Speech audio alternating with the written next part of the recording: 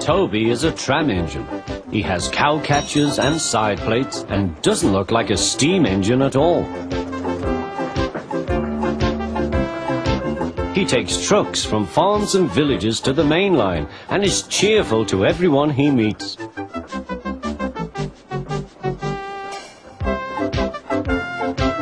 He has a coach called Henrietta, who has seen better days. "It's not fair at all," she grumbles, remembering that she used to be full and 9 trucks would rattle behind her.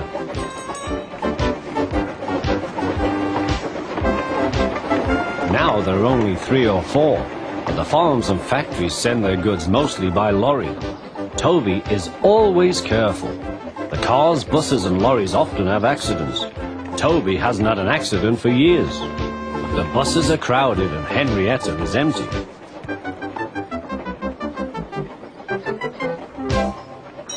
A lady and a stout gentleman stood on Toby's platform.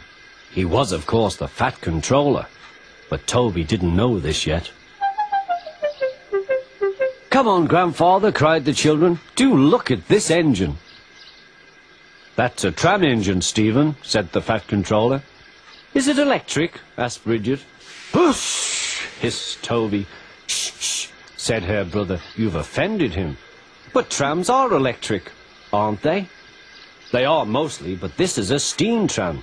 "May we go in it, grandfather? Please?" "Stop," said the fat controller to the guard. They all scrambled into Henrietta.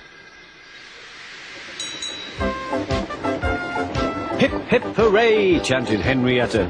But Toby did not sing. "Electric indeed! Electric indeed!" he snorted. He was very hurt. "What is your name?" asked the fat controller. "Toby, sir." "Thank you, Toby, for a very nice ride." "Thank you, sir," said Toby. He felt better now. This gentleman, he thought, is a gentleman who knows how to speak to engines. The children came every day for a fortnight. Sometimes they rode with the guard, sometimes in empty trucks. On the last day of all, the driver invited them into his cab. All were sorry when they had to go away. And the fat controller and his family thanked everyone. "Come again soon," replied Toby. we will," called the children. And they waved till Toby was out of sight.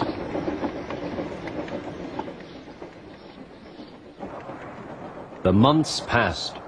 Toby had few trucks and fewer passengers. "Our last day, Toby," said his driver one morning. "The manager says we must close tomorrow."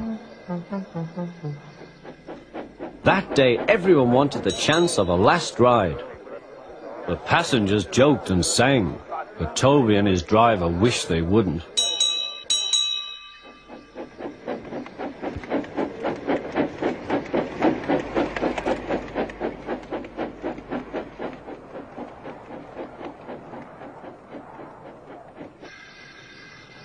"Goodbye, Toby," said the passengers afterwards. "We are sorry your line is closing down." "So am I," said Toby. Nobody wants me, Toby thought, and went on happily to sleep. Next morning the shed was flung open, and he woke with a start to see his driver waving a piece of paper. "Wake up, Toby," they shouted, "and listen to this. It's a letter from the Stout gentleman." Toby listened but I mustn't tell you any more, or I shall spoil the next story.